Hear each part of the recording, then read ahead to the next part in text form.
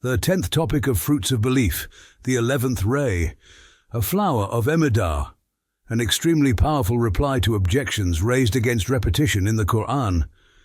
My dear and loyal brothers, due to my wretched situation, this matter is confused and graceless, but I knew definitely that beneath the confused wording was a most valuable sort of miraculousness, though unfortunately I was incapable of expressing it. But however dull the wording, since it concerns the Qur'an, it is both worship in the form of reflection and the shell of a sacred, elevated, shining jewel. The diamond in the hand should be looked at, not its torn clothes. Also, I wrote it in 1 or 2 days during Ramadan while extremely ill, wretched and without food, of necessity very concisely and briefly, and including many truths and numerous proofs in a single sentence. Its deficiencies, then, should be overlooked. Footnote starts, as the 10th topic of the fruit of Denizli Prison, it's a small shining flower of Emirdağ and of this month of Ramadan. By explaining one instance of wisdom in the repetitions of the Qur'an, it dispels the poisonous, putrid illusions of the people of misguidance. Footnote ends, my true and loyal brothers, while reading the Qur'an of miraculous exposition in Ramadan, whichever of the 33 verses I came to that in the first ray described the allusions to the Risale-i Nur, I saw that the page and story of the verse also look to the Risale-i Nur and its students to a degree, insofar as they have a share of the story, particularly the light verses in Sura al-Nur, just as they point to the Risale-i Nur with 10 fingers, so the darkness verses following it point directly at those opposing it. These afford a further share. Quite simply, I understood that this station rises from particularity to universality, and that one part of that universality is the Risale-i Nur and its students. Indeed, in regard to the breadth, exaltedness and comprehensiveness that the Qur'an's address receives from firstly the extensive station of the universal dominicality of the pre-eternal speaker, and from the extensive station of the one addressed in the name of mankind, indeed of all beings, and the most extensive station of all mankind's guidance in all the centuries, and from the station of the most elevated comprehensive expositions of the divine laws concerning the regulation of this world and the hereafter, the heavens and the earth, pre-eternity and post-eternity, and the dominicality of the Creator of the universe and of all beings, this address displays such an elevated miraculousness and comprehensiveness that both its apparent and simple level, which flatters the simple minds of ordinary people, the most numerous group the Qur'an addresses, and its highest level, partake of it. It is as though, addressing every age and every class of people, not as one share of the story or one lesson from an historical story, but as parts of a universal principle, it is newly revealed, particularly its often repeated threats of الظالمين الظالمين, the wrongdoers, and its severe expositions of calamities visited on the heavens and the earth, in punishment for their wrongdoing, through these and the retribution visited on the Ad and Thamud peoples and on Pharaoh. It draws attention to the unequaled wrongs of this century, and through the salvation of prophets like Abraham, peace be upon him, and Moses, peace be upon him, gives consolation to the oppressed believers. Indeed, all past time and the departed ages and centuries, which, in the view of heedlessness and misguidance, form a fearsome place of non-existence and a grievous, ruined graveyard. The Qur'an of miraculous exposition shows to every century and class of people, in the form of living instructive pages, strange worlds, living and endowed with spirits, and existent realms of the Sustainer which are connected with us. With an elevated miraculousness, it sometimes conveys us to those times, and sometimes brings those times to us, infusing with life the universe, which in the view of misguidance is lifeless, wretched, dead, and a limitless wasteland revolving amid separation and decline, with the same miraculousness, this same Qur'an of mighty stature raises to life those dead beings, makes them converse with one another as officials charged with duties and hasten to the assistance of one another. It instructs mankind, the jinn, and the angels in true, luminous, and pleasurable wisdom. For sure then it gains sacred distinctions, like there being 10 merits in each of its letters, and sometimes 100, 1,000, or thousands of merits. And if all men and jinn were to gather together, there being unable to produce the like of it, and it speaking completely appropriately with all mankind and all beings, and it's all the time being inscribed with eagerness in the hearts of millions of Hafizis, and it's not causing weariness through its frequent and numerous repetitions, and despite its many obscure passages and sentences, it's being settled perfectly in the delicate and simple heads of children, and it's being agreeable, like Zamzam water, in the ears of the sick, the dying, and those distressed by a few words, and it's gaining for its students happiness in this world and the next.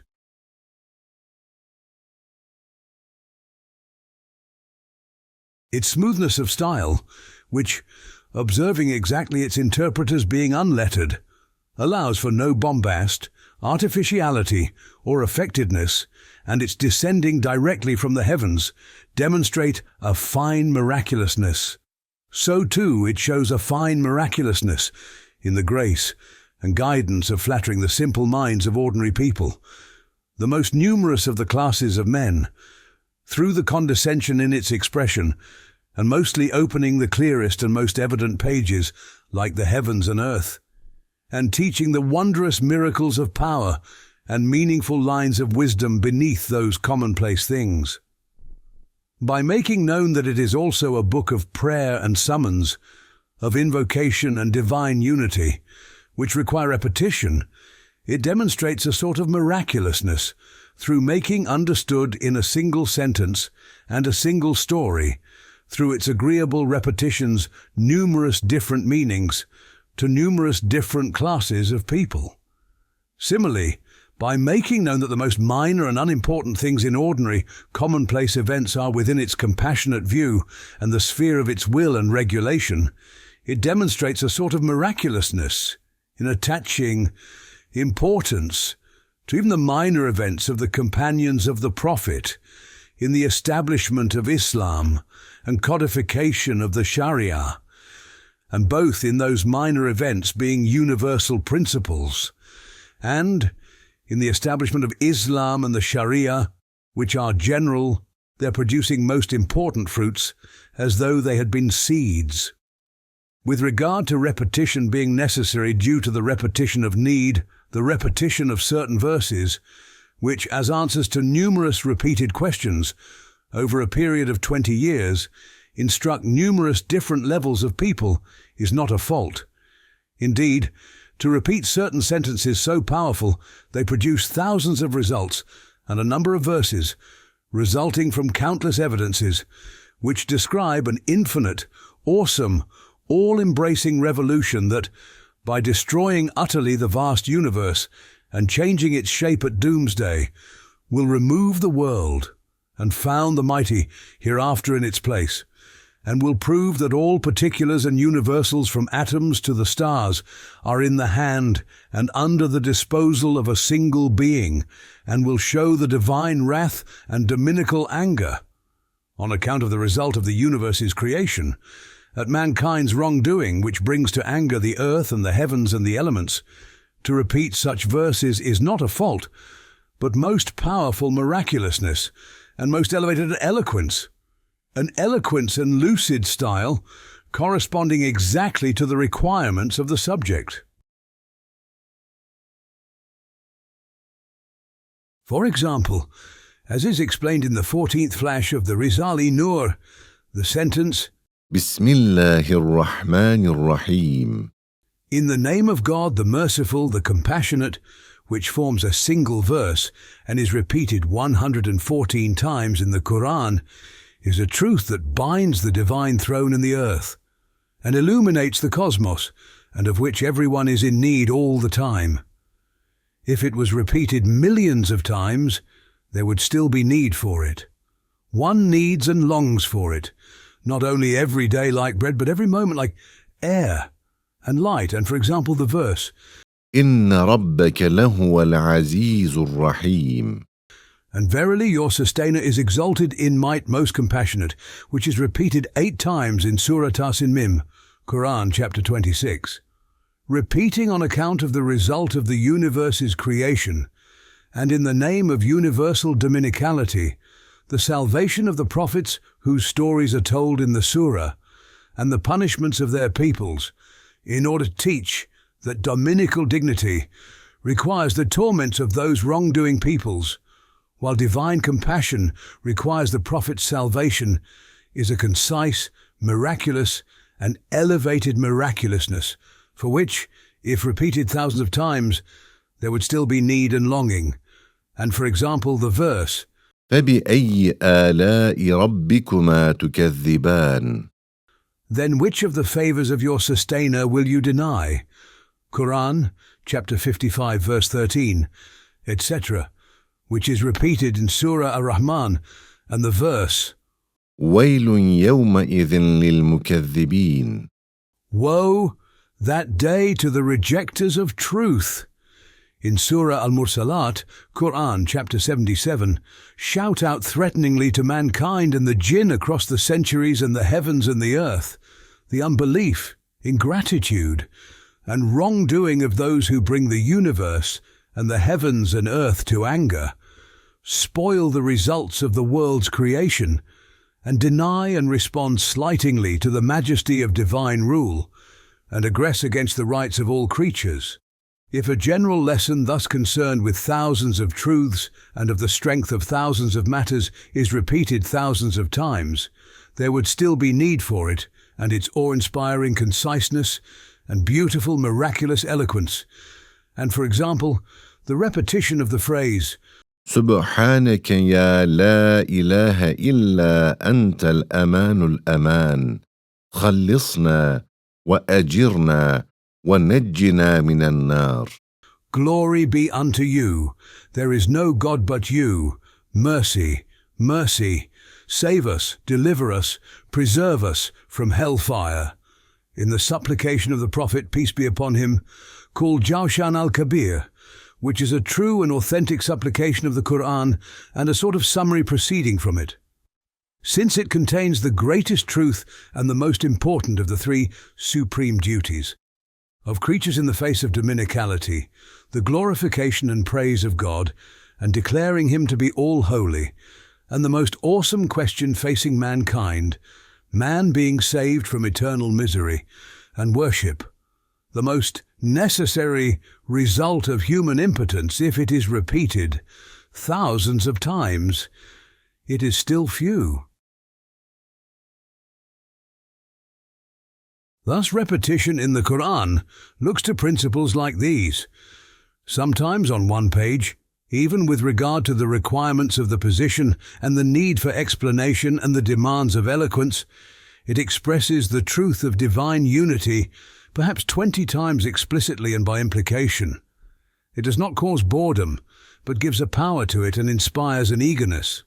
It has been explained in the Risale-i Nur with proofs how appropriate, fitting, and acceptable from the point of view of rhetoric are the repetitions in the Qur'an.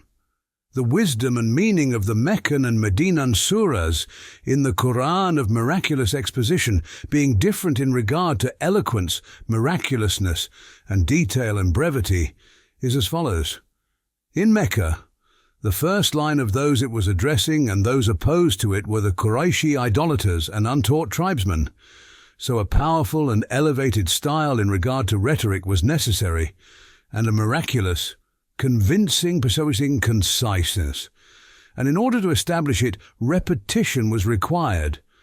Thus, in most of the Meccan surahs, repeating and expressing the pillars of belief and degrees in the affirmation of divine unity with the most powerful, elevated, and miraculous conciseness, It proved so powerfully the first creation and the resurrection, God, and the hereafter, not only in a single page, verse, sentence or word, but sometimes in a letter, through grammatical devices like inverting the words or sentences, making a word indefinite, and omissions and inclusions, that the geniuses and leaders of the science of rhetoric met it with wonder. The Risale-i Nur, and the 25th word, and its addenda in particular, which prove in summary 40 aspects of the Qur'an's miraculousness, and the Qur'anic commentary, Isharat al-Ijaz, from the Arabic Risale-i Nur, which in wondrous fashion proves the aspect of the Qur'an's miraculousness in its word order, have demonstrated in fact that in the Meccan surahs and verses are the highest styles of eloquence and the most elevated, concise miraculousness. As for the Medinan surahs and verses, since the first line of those they were addressing, who opposed them, were the people of the book, such as the Jews and Christians who affirmed God's existence, what was required by eloquence and guidance, and for the discussion to correspond to the situation, was not explanation of the high principles of religion and pillars of belief in a simple, clear, and detailed style, but the explanation of particular matters of the Sharia and its injunctions, which were the cause of dispute, and the origins and causes of secondary matters and general laws. Thus, in the Medinan surahs and verses, through explanations in a detailed, clear, simple style, in the matchless manner of exposition peculiar to the Qur'an, it mostly mentions within those particular secondary matters a powerful and elevated summary, a conclusion and proof, a sentence relating to divine unity, belief, or the hereafter, which makes the particular matter of the Sharia universal and ensures that it conforms to belief in God. It illuminates the passage and elevates it. The Risale-i Nur has proved the qualities and fine points and elevated eloquence in the summaries and conclusions, which express divine unity and the hereafter, and come mostly at the end of verses like إن الله على كل شيء قدير. Indeed, God is powerful over all things. إن الله بكل شيء عليم. Verily, God has knowledge of all things.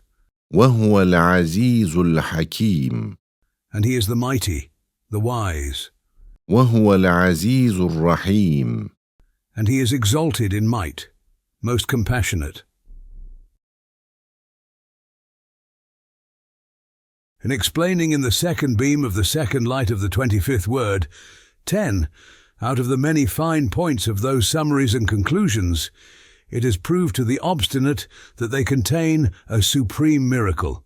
Yes, in expounding those secondary matters of the Sharia and laws of social life, the Qur'an at once raises the views of those it addresses to elevated and universal points, and transforming a simple style into an elevated one, and instruction in the Sharia to instruction in divine unity.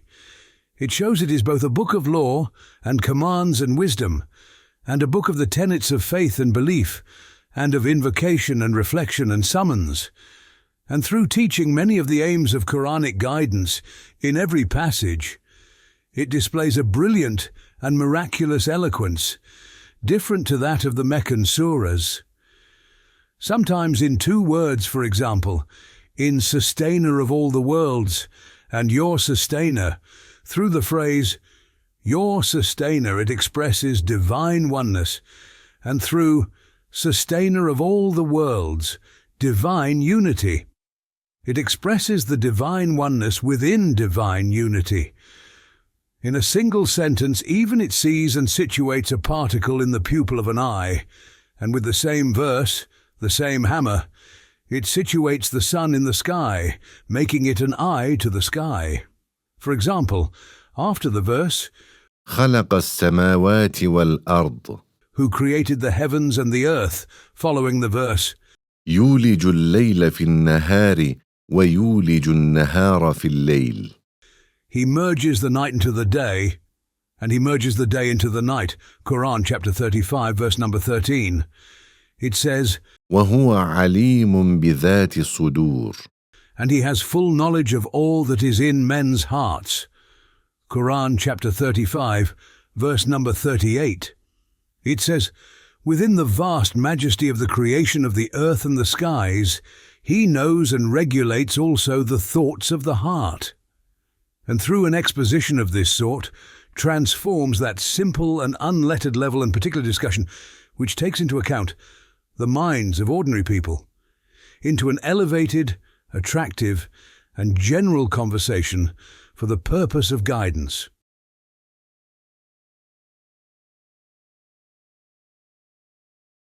A question.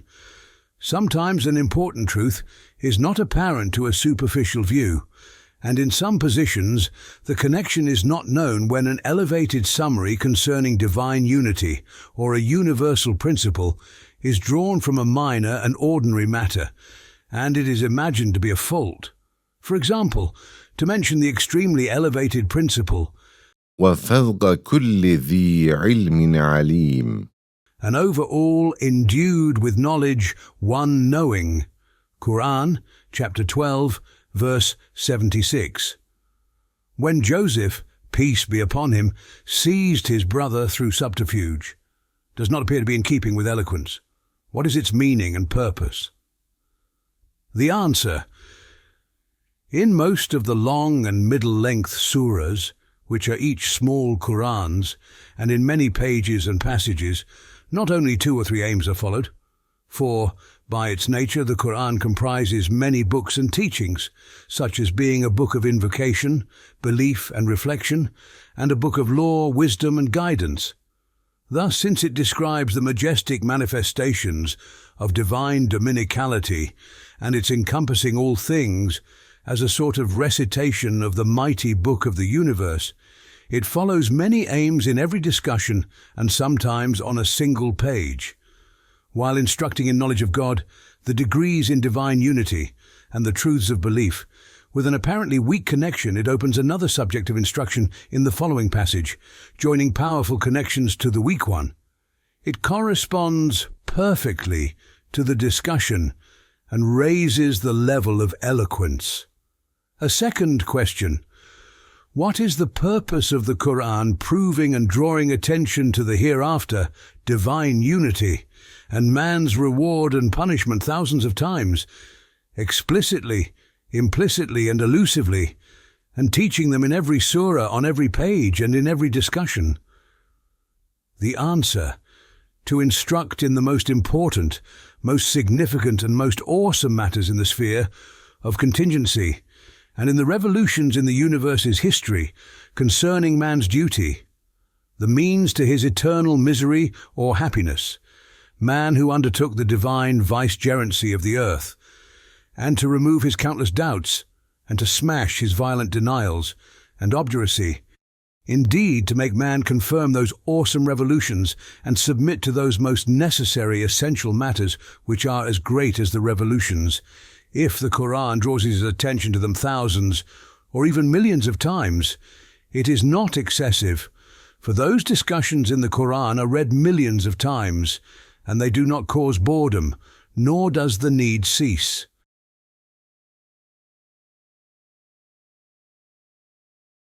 For example, since the verses, إن الذين آمنوا وعملوا الصالحات لهم جنات تجري من تحتها الأنهار ذلك الفوز الكبير. For those who believe and do righteous deeds are gardens beneath which rivers flow. Qur'an, chapter 85, verse 11. They will dwell therefore ever. Qur'an, chapter 5, verse 85, etc. show the truth of the good news of eternal happiness, which saves from the eternal execution of the reality of death, which every moment shows itself to wretched man, both himself and his world, and all those he loves, and gains for them an everlasting sovereignty. If it is repeated thousands of millions of times, and given the importance of the universe, it still is not excessive and does not lose its value. Thus, in teaching the innumerable, invaluable matters of this sort, and endeavoring to persuade, convince and prove the occurrence of the awesome revolutions which will destroy the present form of the universe and transform it as though it was a house. The Qur'an of miraculous exposition certainly draws attention to these matters thousands of times, explicitly, implicitly and allusively, and this is not excessive, but renews the bounty, which is like an essential need, the same as the essential needs of bread, medicine, air, and light are renewed. And for example, as is proved decisively in the Risale-i Nur, the wisdom in the Qur'an repeating severely, angrily and forcefully, threatening verses like, إن الظالمين لهم عذاب أليم. For wrongdoers there is a grievous penalty. Quran chapter 14 verse 22.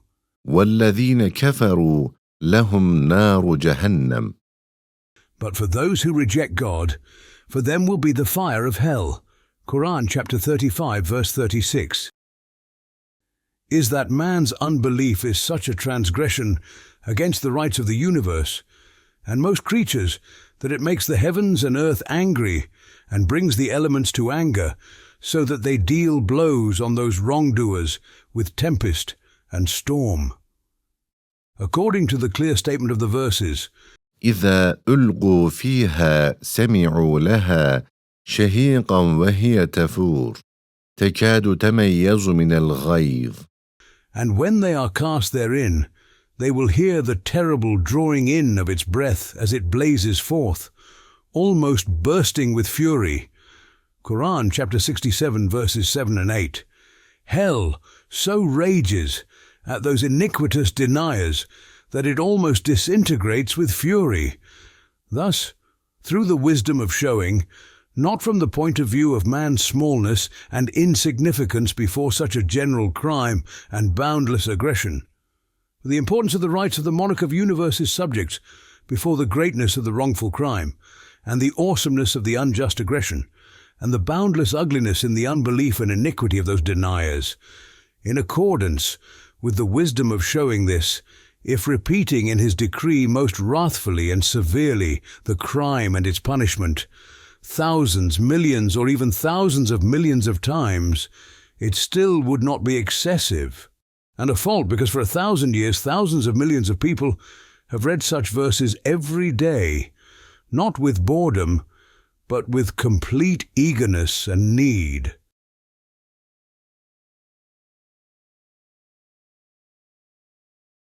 Indeed, every day, all the time for everyone, one world disappears and the door of a new world is opened to them. Through repeating, "There is no God but God," 1,000 times out of need, and with longing in order to illuminate each of those transitory worlds, it makes "there is no God but God" a lamp for each of those changing veils.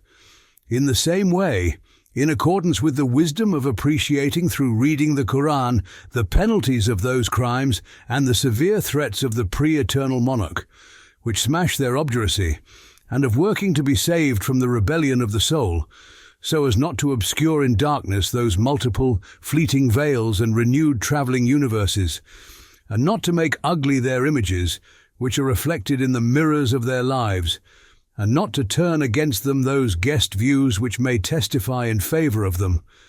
The Qur'an repeats them in most meaningful fashion.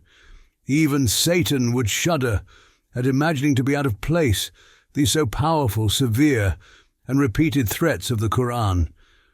It shows that the torments of hell are pure justice for the deniers who do not heed them. And for example, in repeating many times the stories of Moses, peace be upon him, which contain many instances of wisdom and benefits, like that of the staff of Moses, and of the other prophets, peace be upon them. It demonstrates that the prophethoods of all the other prophets are a proof of the veracity of the prophethood of Muhammad, peace be upon him, and that one who does not deny all of them cannot in truth deny his messengership. For this purpose, and since everyone does not always have the time or capability to read the whole Qur'an, It repeats those stories in the same way as the important pillars of belief, in order to make all the long and middle-length surahs each like a small Qur'an. To repeat them, then, is not excessive. It is required by eloquence, and teaches that the question of Muhammad, peace be upon him, is the greatest question of mankind and the most important matter of the universe. It has been demonstrated decisively in the Risale-i Nur, with many proofs and indications that through giving the highest position to the person of Muhammad in the Qur'an, and including 4 pillars of belief in him, and holding the phrase, Muhammad is the messenger of God, equal to the pillar of there is no God but God, that the messengership of Muhammad, peace be upon him, is the greatest truth in the universe, and that the person of Muhammad is the most noble of creatures, and his universal collective personality and sacred rank, known as the Muhammadan truth, is the most radiant sun of the 2 worlds. His worthiness for this extraordinary position has also been proved.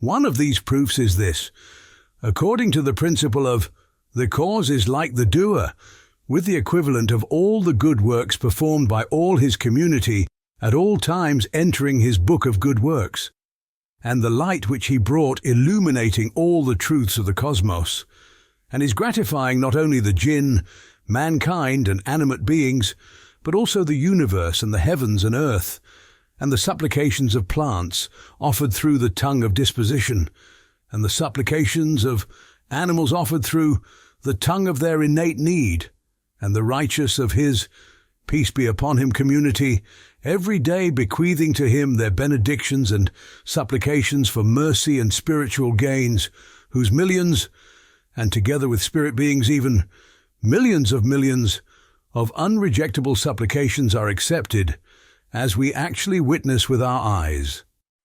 And since each of the 300,000 letters of the Qur'an yield from 100 to 1,000 merits, with infinite numbers of lights entering the book of his deeds, only with regard to the recitation of the Qur'an by all his community, the one all-knowing of the unseen saw and knew that the Muhammadan, peace be upon him, reality, which is his collective personality, would in the future be like a tuba tree of paradise. It was in accordance with that position that he gave him such supreme importance in the Qur'an, and in his decree showed the following of him, and receiving of his intercession through adhering to his illustrious sunnah to be one of the most important matters concerning man. And from time to time he took into consideration his human personality and human state in his early life, which was a seed of the majestic tuba tree.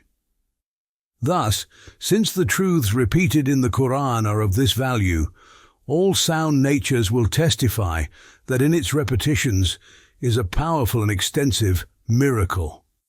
Unless, that is to say, a person is afflicted with some sickness of the heart and malady of the conscience due to the plague of materialism, and is included under the rule. قد ينكر المرء ضوء الشمس من رمد وينكر الفم طعم الماء من سقم. Man denied the light of the sun due to disease of the eye. His mouth denied the taste of water due to sickness.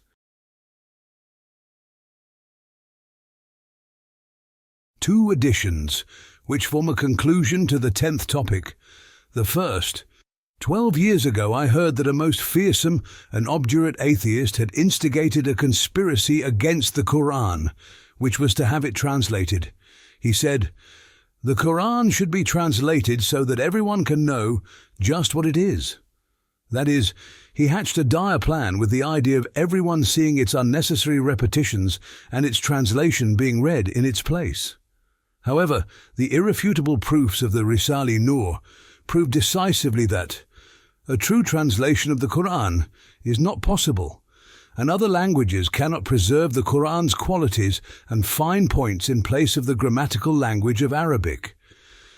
Man's trite and partial translations cannot be substituted for the miraculous and comprehensive words of the Qur'an, every letter of which yields from 10 to 1,000 merits. They may not be read in its place in mosques. Through spreading everywhere, the Risale-i Nur made the fearsome plan come to nothing. I surmise that it was due to the idiotic and lunatic attempts of dissemblers to extinguish the sun of the Qur'an on account of Satan by puffing at it like silly children having taken the lessons from that atheist, that I was inspired to write this 10th matter while under great constraint and in a most distressing situation. But I do not know the reality of the situation, since I have been unable to meet with others. Second edition.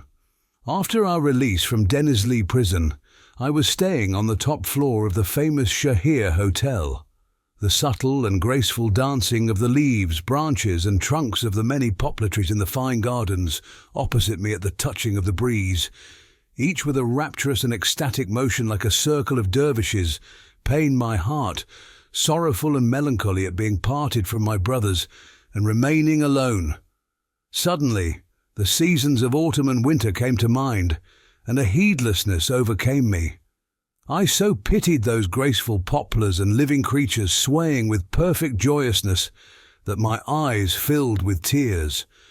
With this reminder of the separations and non-being beneath the ornamented veil of the universe, the grief at a world full of deaths and separations pressed down on me. Then suddenly, the light, the Muhammadan, peace be upon him, truth had brought came to my assistance and transformed my grief and sorrow into joy.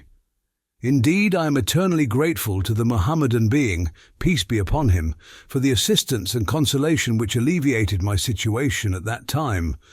Only a single instance of the boundless effulgence of that light for me, like for all believers and everyone. It was like this. By showing those blessed and delicate creatures to be without function or purpose, and their motion to be not out of joy, but as though trembling on the brink of non-existence and separation, and tumbling into nothingness, that heedless view so touched the feelings in me of desire for permanence, love of good things, and compassion for fellow creatures, and life that it transformed the world into a sort of hell, and my mind into an instrument of torture. Then, just at that point, the light Muhammad, peace and blessings be upon him, had brought as a gift for mankind raised the veil. It showed in place of extinction, non-being, nothingness, purposeless, futility, and separations, meanings and instances of wisdom to the number of the leaves of the poplars, and as is proved in the Risale-i Nur, results and duties which may be divided into 3 sorts. The first sort looks to the all-glorious maker's names. For example, if a master craftsman makes a wondrous machine, everyone applauds him, saying, "What wonders God has willed! Blessed be God!" Similarly, the machine congratulates the craftsman through the tongue of its disposition, through displaying perfectly the results intended from it. All living beings and all things are machines, such as that. They applaud their craftsman through their glorifications. Like second, sort of the instances of wisdom looks to the views of living creatures and conscious beings. Beings each become an agreeable object of study, a book of knowledge. They leave their meanings in the sphere of existence in the minds of conscious beings, and their forms in their memories, and on the tablets in the world of similitudes, and in the notebooks of the world of the unseen. Then they depart from the manifest world and withdraw to the world of the unseen. That is, they leave behind an apparent existence but gain many existences pertaining to meaning, the unseen, and knowledge. Yes, since God exists and his knowledge encompasses everything, in the view of reality, in the world of believers, there is surely no non-being, extinction, nothingness, annihilation and transitoriness, while the world of unbelievers is full of non-existence, separation, nothingness and transience. This is taught by the saying, which is on everyone's lips. For those for whom God exists, everything exists. And for those for whom He does not exist, nothing exists. For them, there is nothing. In short, just as belief saves man from eternal annihilation at the time of death, so it saves everyone's private world from the darknesses of annihilation and nothingness. Whereas unbelief, and especially if it is absolute unbelief, both sends man and his private world to non-existence with death and casts him into infernal darknesses. It transforms the pleasures of life into bitter poisons. Let the ears ring of those who prefer the life of this world to that of the hereafter. Let them come and find a solution for this. Or else, let them embrace belief and be saved from these dreadful losses. سبحانك لا علم لنا إلا ما علمتنا إنك أنت العليم الحكيم. Glory be unto you. We have no knowledge save that which you have taught us. Indeed, you are all-knowing, all-wise. Qur'an chapter 2, verse number 32. From your brother, who is in much need of your prayers and misses you greatly, Said Nursi.